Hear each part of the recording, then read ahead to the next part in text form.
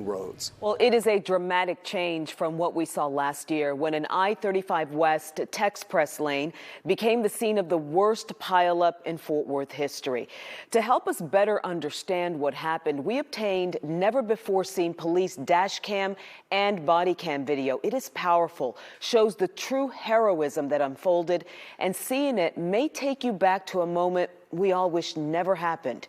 Here's William Joy. It doesn't take snow and ice-covered roads for Trey McDaniel to remember February 11th, 2021. You just play the events over and over and over in your head. He wonders what that morning last year would have been like if he'd slept in one more minute. What could I have done differently, you know? McDaniel had been a paramedic at MedStar for 6 years. He was headed south on I-35W when he reached a hill and a bend in the road. And you can't see anything beyond that hill. And everything was fine for like the first 30 minutes. A few minutes behind McDaniel, Jesse Robinson was going to JPS Hospital where he's an EMT in the ER. But 2 exits before downtown Fort Worth, the express lanes at the top of the hill were covered in black ice, with cars going 75 miles an hour. Well, that was when I was trying to hit the brakes and nothing was catching.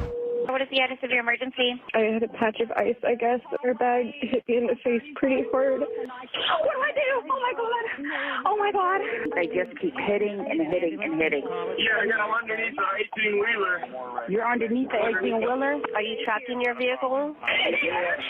And there's a gentleman in a car next to me. He's just screaming. Nearby drivers captured the moments, as tough to watch today as they were to witness then. Here it comes.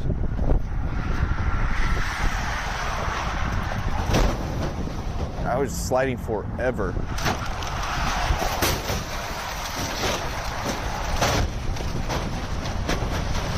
Must have skidded 300, 400 yards. McDaniel slid along the barrier and was stopped and trapped in his silver Toyota FJ when he looked in the rear view. And I saw the sparks, the headlights. That truck was barreling towards me.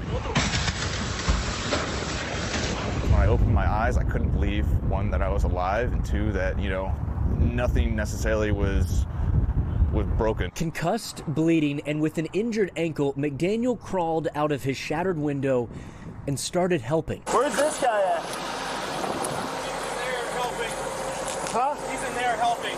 I had so much adrenaline pumping. I just needed to do something, get my hands moving. 103 cars, trucks, and 18-wheelers slammed into a pile stretching almost a quarter mile. I think the screams were the most bone-chilling aspect of it. First responders tried to triage through the web of tangled metal. We're coming for you, man. I definitely remember the smell of like all the gasoline and just like things burning. If they haven't, get them notified.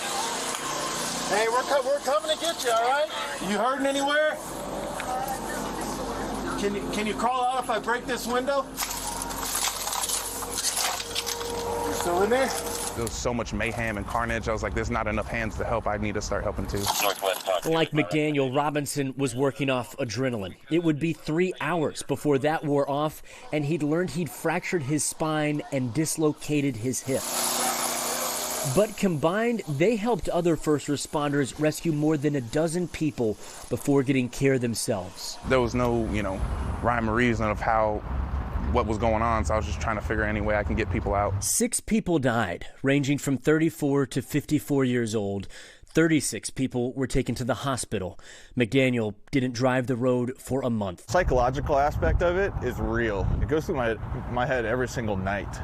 Every single night. For most of us, snow-covered roads bring back memories of February 11th, but those who witnessed it can't forget it. In Fort Worth, I'm William Joy. A preliminary NTSB report found the tollway operator applied a brine solution to the roadway 44 hours before the pileup. They also say crews did monitor the roadway in the hours leading up to the crash, but did not detect any icy conditions. A full NTSB report is expected